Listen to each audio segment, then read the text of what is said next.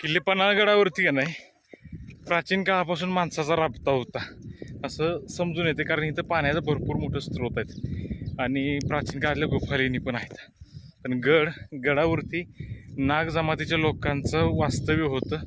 नागभूमी म्हणून पन्हाळगडाला ओळखलं जाते. म्हणूनच नागाला साजेसं समानार्थी शब्द आहेत पन्नग, पर्ण, पान, म्हणून गडाला पन्नगालय, पन्नगालय, पर्णाल पर्वत किंवा नागभूमी असे वेगवेगळी नाव आहेत.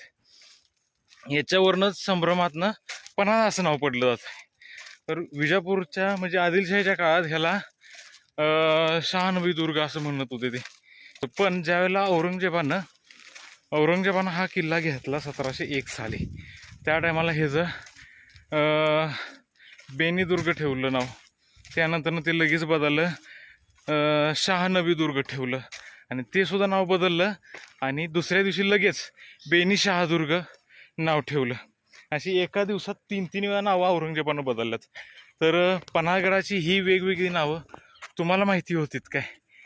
शहानबी दुर्ग, बेनी शहादुर्ग, पन्नगालय, पर्णाल पर्वत, पन्हाळ, वेगवेगळी नावं पन्हाळगडाला वेगवेगळ्या सल्तनत दिली होती.